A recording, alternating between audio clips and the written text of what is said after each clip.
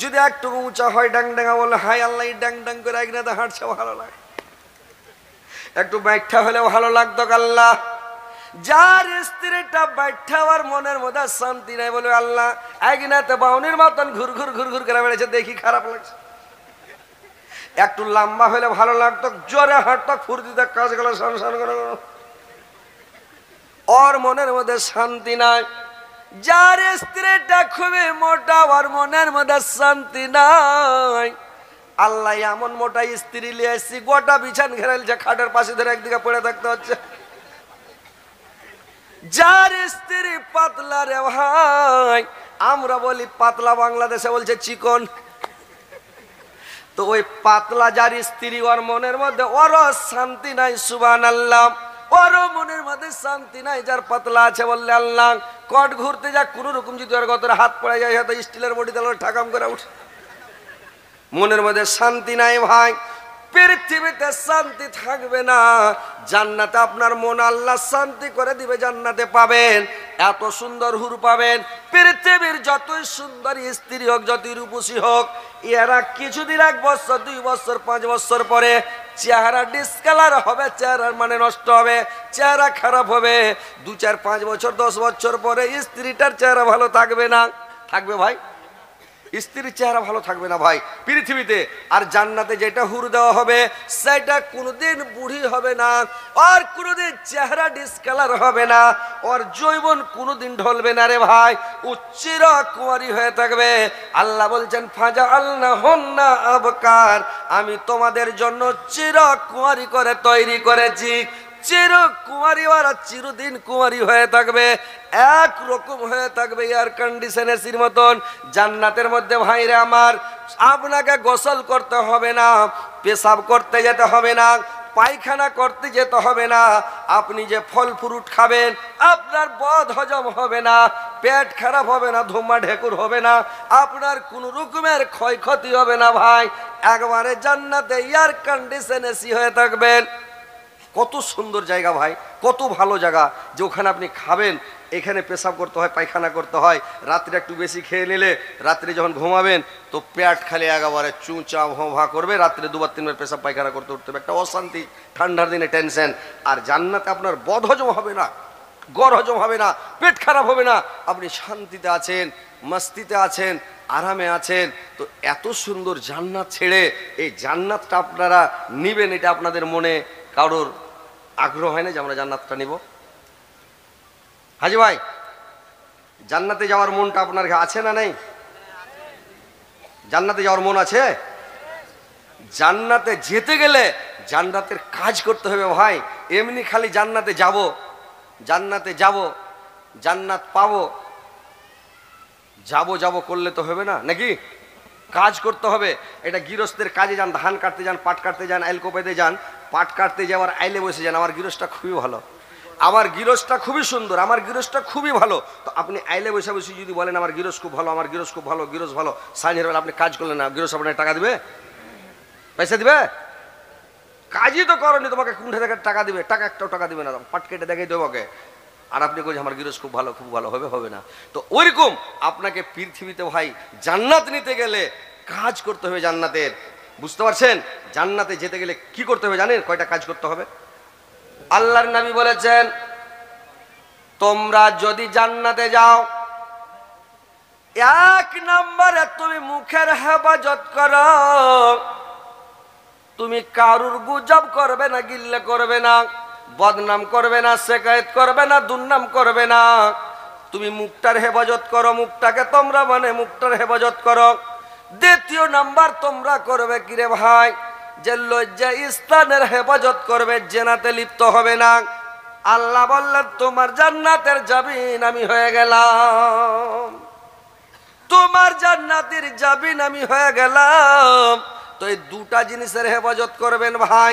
মুখ দিয়ে ফহুস কথা বলবেন না, গুজব করবেন না, লোকের বদনাম করবেন না, লোকের শিকায়ত করবেন না, লোকের দুর্নাম করবেন না। মুখের হেফাজত করেন, ঘরে বসে থাকেন, প্রয়োজন ছাড়া বাড়ির বাইরে যাবেন না, ঘরে বসে থাকেন। আর ঘরে বসে থাকবেন, আর ঘরে বসে পাপের কথা মনে করে কাঁদেন, আল্লাহকে স্মরণ করেন, ধ্যান করেন, আর পাপের ভয়ে কাঁদতে থাকেন।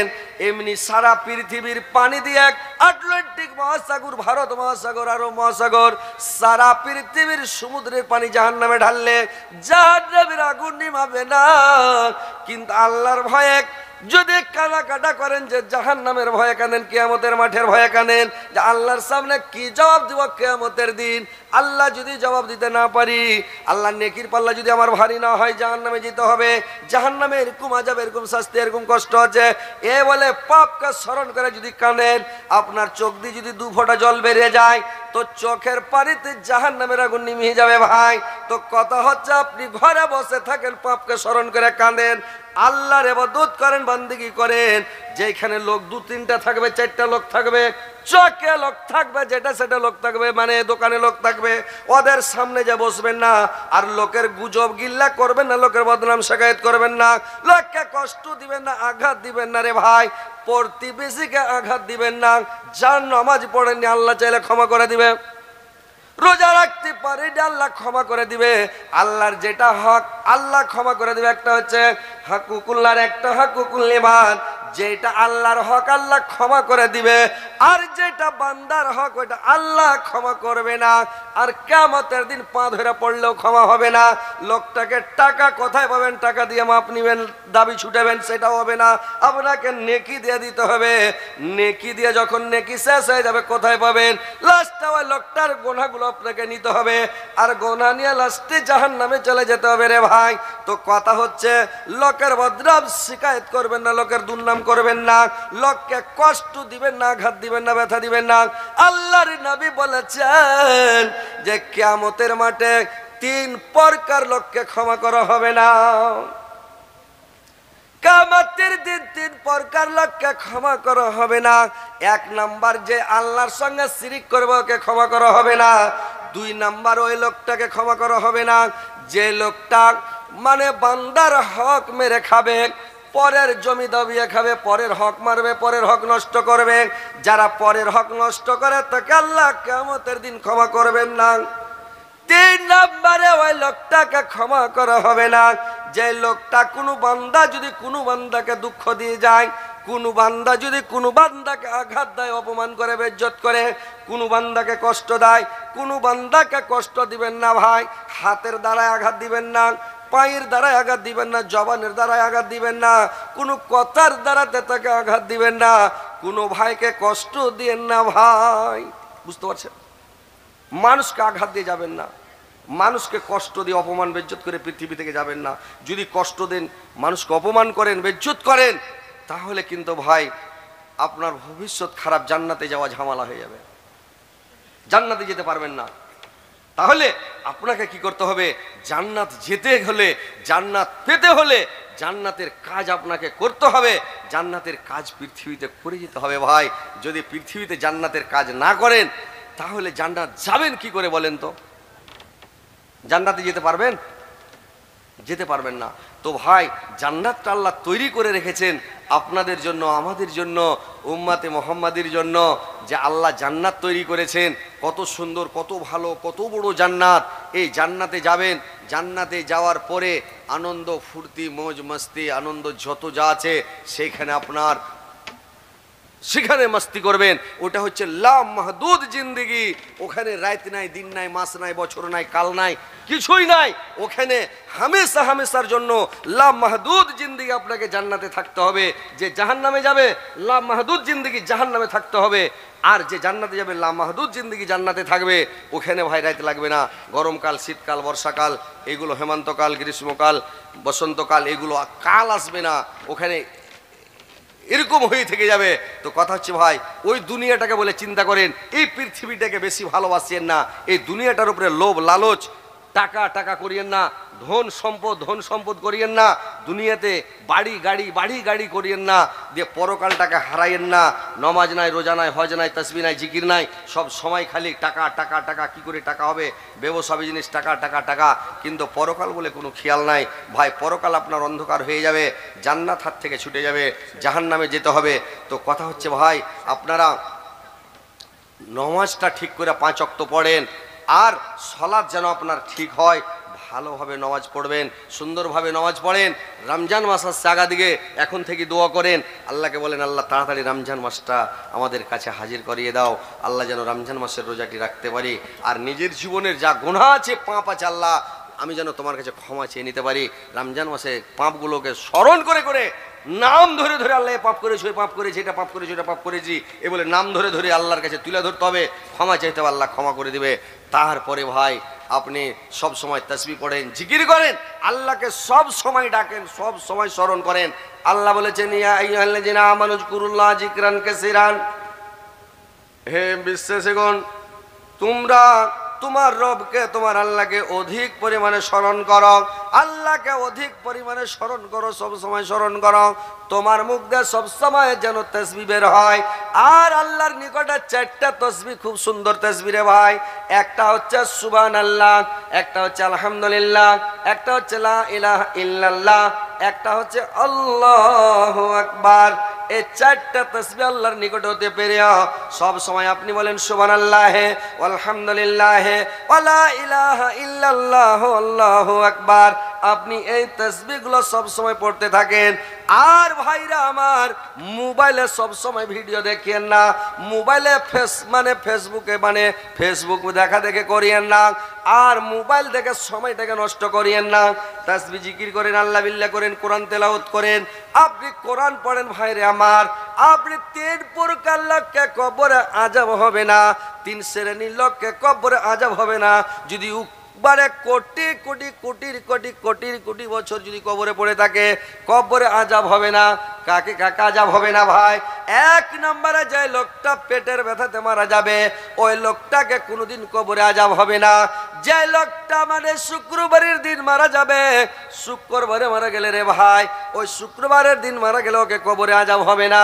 কিন্তু আপনি কি জানেন আমার মতটা শুক্রবারে হবে না, বৃহস্পতিবারে হবে না, শনিবারে হবে? জানা নাই ভাই। আর আপনার জানা নাই যে পেটের ব্যথায় মরবেন না, আপনি বুকের ব্যথায় মরবেন না, মাথার ব্যথায় মরবেন, কিসে মরবেন আল্লাহ জানে। তো ভাই আমার একটাই আপনাদের জানা, যে যদি প্রত্যেক দিন সূরা মুলুক তেলাওয়াত করেন, রাত্রিবেলা সূরা মুলুক যদি মানে তেলাওয়াত করেন, পড়েন ভাই, কোরআন পড়েন, এই সূরাটা মুলুক, এই সূরাটা যদি তেলাওয়াত করেন, তা আপনি কোটি কোটি কোটির কোটি বছর কবরে পড়ে থাকলেও আপনাকে কবরে কোনো আযাব শাস্তি হবে না। তো ভাইরা আমার, বন্ধুরা আমার, এই আমলগুলো করেন, তাসবিহ পড়েন, জিকির করেন, আল্লাহকে স্মরণ করেন, তারপরে জান্নাতে যাবেন। জান্নাতে যাবেন, মौज मस्ती করবেন, আনন্দ করবেন, ফুর্তি করবেন। জান্নাতে যেমন শান্তি হবে, পৃথিবীতে তেমন শান্তি হবে না। এই পৃথিবীটা হচ্ছে ভাই আমার অশান্তির জায়গা, পৃথিবীটা লোভের জায়গা, লালচার জায়গা। এই দুনিয়াটা হচ্ছে ময়ার, মানে দুনিয়াটা হচ্ছে সবুজ দুনিয়া, মিঠা দুনিয়া। এই দুনিয়াটা আল্লাহর কাছে কোনো দাম নাই। আল্লাহর কাছে যদি একটা মশার পাখার সমান, একটা মাছির পাখার সমান যদি আল্লাহর কাছে দাম থাকতো, তাইলে কাফের বেদিন মুশরিক আল্লাহ পাক এক ঢোক পানি পর্যন্ত পান করতে দিত না ভাই। কিন্তু আল্লাহর কাছে পৃথিবীর কোনো মূল্য নাই, কোনো দাম নাই। ওই জন্য আল্লাহ সবাইকে খেতে দিচ্ছে রে ভাই। চুরি করলো খেতে দিবে, ডাকাতি করলো খেতে দিবে, লুচ্চামি করলো খেতে দিবে, বেঈমানি করলো খেতে দিবে, শয়তানি করলো খেতে দিবে, রাহাজানি করলো খেতে দিবে, যে করুক আল্লাহ ওকে রুজি দিবে। তার মানে আল্লাহর কাছে পৃথিবীর কোনো মূল্য নাই। মূল্য হচ্ছে ভাই মানে ইয়াতে, আপনার মূল্য হচ্ছে জান্নাতে। যদি সারা পৃথিবীটাকে আসমান থেকে জমিন পর্যন্ত, মাশরিক থেকে মাগরিব পর্যন্ত সারা পৃথিবীটা, তার মধ্যবর্তী স্থানে যত যা আছে, 7টা ভাগ আসমান 7টা ভাগ জমিনকে বিক্রি করে দিয়া যদি বলেন জান্নাতে একটা ডিম কিনবো, একটা জায়গা কিনবো, তো একটা ডিম রাখার সমান জায়গা কিনতে পারবেন না ভাই। জান্নাতের এত দাম, এত দাম, এত দাম, পৃথিবী বিক্রি করা একটু জায়গা কিনতে পারবেন না। আর আল্লাহ আপনাকে জান্নাতটা যে দিবে, যত দূর নজর যাবে অত বড় জান্নাত আল্লাহ পাক আপনাকে দিবে। তো ভাই আল্লাহর কাজ আপনাকে করে যেতে হবে, আল্লাহকে খুশি করতে হবে, সন্তুষ্ট করতে হবে রে ভাই। আল্লাহকে যদি খুশি করেন, সন্তুষ্ট করেন, তো আল্লাহ খুশি হয়ে গেলে আপনাকে জান্নাত দিবে, যত দূর নজর যাবে অত বড়। আর আপনি যদি আল্লাহকে খুশি না করেন, তাহলে আপনাকে কি করতে হবে? কিয়ামতের দিন যখন নেকি বদি ওজন হবে রে ভাই দাঁড়ি পাল্লাতে, তো ওজন যখন করা হবে, পাল্লাতে চড়া হবে, তো পাল্লাতে চড়ার পরে যদি আপনার নেকির পাল্লা ভারী হয়ে যায়, জান্নাতে চলে গেলেন। গুনার পাল্লা যদি ভারী হয়ে যায় জাহান্নামে ঠেলে দিবে, জাহান্নামে চলে যেতে হবে। আর যদি নেকি বদি সমান হয়ে যায়, একবারে কাঁটা কাঁটা কারেট হয়ে যায়, কাঁটা কাঁটা একবারে সমান হয়ে যায়, ওই লোকটাকে নিয়ে যাবে জান্নাত। আর জাহান্নামের মধ্যে একটা জায়গা আছে আরাফ, ওই আরাফের মধ্যে ওকে রেখে দিবে রে ভাই। জান্নাতের সুখ শান্তিও পাবে না, আর জাহান্নামের শাস্তিও পাবে না, ওইখানেও পড়ে থাকবে খেপা। বুঝতে পারছেন তো? চেষ্টা করেন সব সময় যেন আমার নেকির পাল্লা ভারী হয়। খারাপ কাজে যাবেন না, খারাপ কথা বলবেন না। সব সময় ভয় করবেন যদি আমি খারাপ কথা বলি আমার ঘাড়ে দুটো ফেরেশতা আছে, আমার দুটো ফেরেশতা আছে কিরামান কাতেবিন, কম্পিউটার নিয়ে বসে আছে রে ভাই। যে দুটা ফেরেশতা রেকর্ডিং করছে, ইজিয়া তালাক্কাল মুতালাক্কিন আনিল ইয়ামিন ওয়া আনিস শিমালি কায়েদ মা ইয়ালফাজু মিন কাওলিন ইল্লা লাদাইহি রাকিবুন আতীদ। এই দুইটা ফেরেশতা আপনার কম্পিউটার নিয়ে বসে আছে, সবগুলো কথা আপনার রেকর্ডিং হচ্ছে। কিয়ামতের দিন সব বাস্ট হয়ে যাবে, সব কথা কিয়ামতের দিন বলে দেবে। আপনার বিপক্ষে সবাই গাওয়া দিতে লাগবে। যখন মানুষকে জাহান্নামে দেওয়া হবে, ডাইরেক্ট জাহান্নামে পাঠানো হবে না ভাই। এইবার তাকে অপমান করে, বেইজ্জতি করে, লজ্জিত করে, অপমান করে তাকে জান্নাতে পাঠানো হবে। লোকটাকে যখন জাহান্নামের দিকে নিয়ে যাওয়া হবে, তো নিয়ে যাওয়ার সময় লোকটাকে যখন জাহান্নামের দিকে নিয়ে যাবে, লোকটা বলবে আল্লাহ আমার নিকটবর্তী সাক্ষী না হলে আমি এটা মানতে পারি না। আল্লাহ চট করে বলবে, তার মুখে মোহর মেরে দিবে, আর মুখে মোহর মেরে দিয়ে বলবে, তার মানে চোখকে জিজ্ঞাসা করবে, কানকে জিজ্ঞাসা করবে, হাতকে জিজ্ঞাসা করবে, পাকে জিজ্ঞাসা করবে, চামড়াগুলোকে জিজ্ঞাসা করবে, বডিকে জিজ্ঞাসা করবে। আর করার পরে তখন ওর জিভার মানে তালাটা খুলে দিয়া জিভাটাকে জিজ্ঞাসা করবে, বলো তো এগুলো কথা হাতে পায়ে চেলাকে কানে মুখে যে বললো, এই কথাগুলো সত্য বললো না মিথ্যা কথা বললো? জিভাটা বলবে আল্লাহ যা কথা বলেছে সব সত্য বলেছে।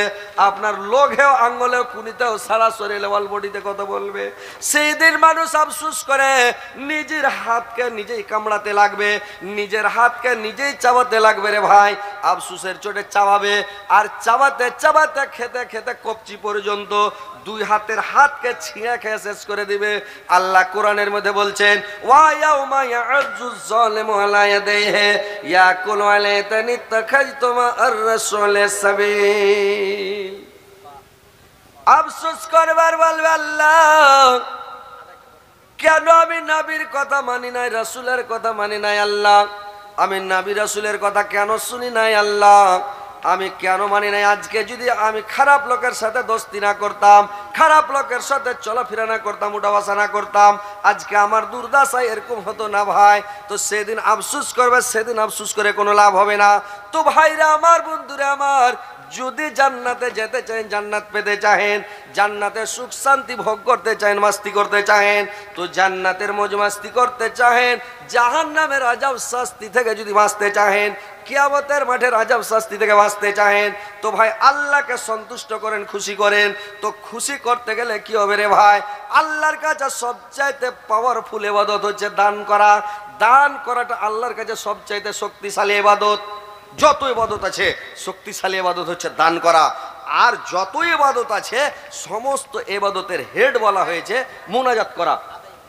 যাচ্ছি তো, মুনাজাত করা, এটা হচ্ছে মুনাজাত করাটা ইবাদতের হেড। আপনি হাত যদি উঠেলেন, আল্লাহ আপনার খালি হাত ঘুরাবে না ভাই, দিবেই। আর আপনি যদি দান করে দেন, তো দান করে দিলে আল্লাহ আপনার উপরে খুশি হয়ে যাবে, সন্তুষ্ট হয়ে যাবে। তো এটা হচ্ছে ভাই মসজিদের উন্নতি কল্পে জালসা। এটা হচ্ছে আপনারা জানেন যে এটা মসজিদের উন্নতি কল্পে।